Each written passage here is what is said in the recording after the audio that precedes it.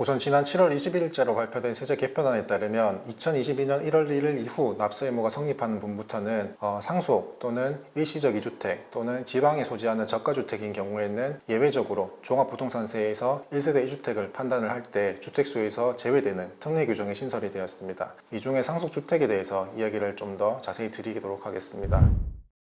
이미 주택을 보유 중인 종합부동산세 납세 의무자라고 한다면 추가적인 상속주택으로 인해서 납세 의무 성립일 현재에는 2주택자가 되는 것이나 주택수를 판단할 때에는 상속일로부터 5년이 경과하지 않은 주택인 경우라면 주택수에서 제외되기 때문에 종합부동산세법상 1세대 1주택을 여전히 적용받을 수가 있습니다. 그러나 예외적으로 상속받은 주택이라고 하더라도 이 5년이라는 기간을 적용받지 않는 예외적인 경우가 있습니다. 첫 번째는 상속주택이 수도권에 소재한 경우에는 공시가격이 6억 원 이하인 경우, 또 수도권 이외의 지역인 경우에는 공시가격이 3억 원 이하인 상속주택이거나 또는 상속주택에 대한 취득 지분율이 40% 이하인 경우에는 상속일로부터 5년이라는 기간 제한 없이 주택수를 판단을 할 때 주택수에서 제외되고 있습니다. 추가적으로 일시적 2주택인 경우에는 신규 주택을 취득하고 나서 2년 이내에 종전주택을 매매를 하거나 또는 지방 소재 저가주택인 경우에는 수도권, 광역시 등과 같은 일정 지역에 대해서 공시지가가 3억 원 이하인 지방 소재 저가주택인 경우에는 역시 주택수에서 제외되게 됩니다. 이러한 주택수에서 제외되는 특례 규정 3가지에 대해서는 기존의 1세대 1주택자에게 적용되는 고령자 공제 또는 장기 보유에 대한 공제 혜택은 적용받지가 않습니다. 이러한 고령자 공제와 장기 보유 공제의 경우에는 순수하게 1세대 1주택을 적용받는 납세 의무자에 대해서 적용받는 것이기 때문에 이러한 특례가 새롭게 존재된다고 하더라도 순수한 1세대 1주택자와 차별점을 두기 위한 것에 의의가 있습니다. 그리고 이러한 특례 규정을 적용받고자 하는 경우에는 납세 의무 성립에 속한 연도에 9월 16일부터 9월 30일까지 관할 세무서장에게 신고를 해야 되는 의무가 있고, 신고 이후에 특례 규정을 적용받는다고 하더라도 이 특례 규정에 대한 사관리 요건이 별도로 존재합니다. 따라서 1세대 1주택 요건을 충족하지 않게 되는 경우에는 1세대 1주택을 적용받았을 때 납부한 세액과 그 차액에 대해서 기간경과분에 대한 이자 상당액을 더해서 추가적인 종합부동산세가 추징될 수 있음에 유의를 해야 되겠습니다.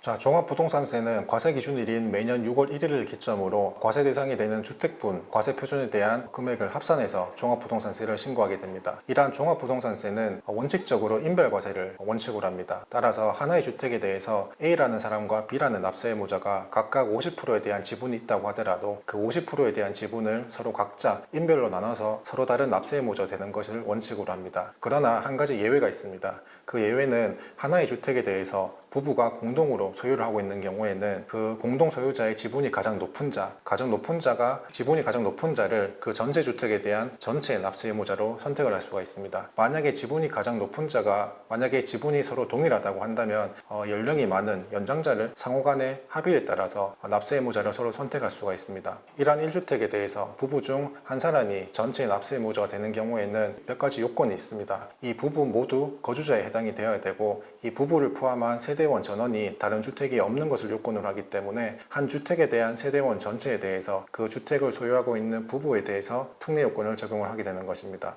이런 부부 공동명의로 소유한 주택에 대해서 부부 한 사람이 전체 납세 의무자가 되는 특례 규정은 9월 16일부터 9월 30일 사이에 공동명의 1주택자에 대한 신청을 하는 경우를 요건으로 합니다. 다음과 같이 부부 공동명의 1주택인 경우 각자의 종합부동산세와 배우자 일방을 납세 의무자로 하는 1세대 1주택 종합부동산세 세부담에 대해서 한번 살펴보겠습니다. 자, 표를 보시면 각자 주택으로 하는 경우에 대해서 먼저 살펴보도록 하겠습니다.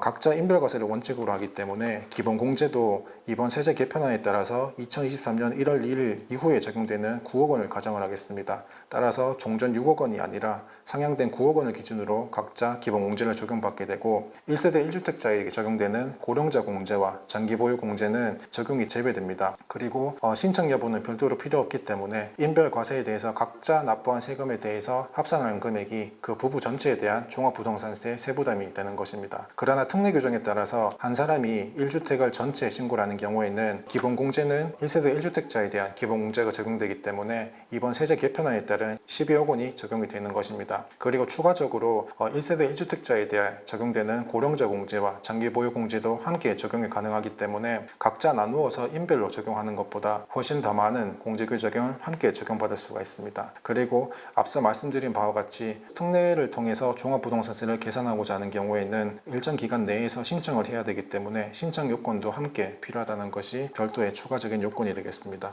다음 사례를 한번 살펴보겠습니다. 주택 공시가격이 20억 원인 경우와 주택 공시가격이 30억 원인 경우를 한번 나눠서 살펴볼 수가 있는데요. 하나의 주택에 대해서 모두 부부 공동지분은 50대 50으로 동일하다고 가정을 하고 보유기간은 15년 이상, 그리고 세율은 이번 개정안에 따른 개정 세율을 적용하는 것으로 가정해서 계산을 산정을 하겠습니다. 만약에 주택 공시가격에 대해서 20억 원인 경우에는 각자 1주택에 대해서 인별과세로 신고를 해야 될 것입니다. 따라서 배우자 1과 배우자 2에 대해서는 지분 50에 해당하는 10억 원에 대해서 공시가격으로 종합부동산세 계산이 출발이 될 것입니다. 따라서 10억 원에 대한 기본공제 9억 원과 과세표준 1억 원에서 올해 8월 2일자로 개정이 예정되는 것으로 예정된 공시시장가액 비율 60%를 적용을 하게 되면 6천만 원의 과세표준이 산정이 됩니다. 따라서 이 6천만 원에 대한 세율을 적용을 하게 되면 인별로 납부할 금액은 각자 30만 원에 대한 종합부동산세가 이루어질 것입니다. 만약 한 사람이 특례 규정에 따라서 1주택 전체를 신고하는 경우를 살펴보겠습니다. 주택 공시가격 20억 원에 대해서 공시가격이 산정이 되고 기본공제 금액은 12억 원에 대해서 기본공제가 적용이 될 것입니다. 그렇다면 20억 원에서 12억 원을 차감한 8억 원에 대한 과세표준에서 주택 공정가액 시장 비율인 60%를 산정을 하면 4억 8천만 원에 대한 과세표준이 산정이 되고 이에 대한 산출세액은 276만 원이 산정이 됩니다. 이 276만 원에 대해서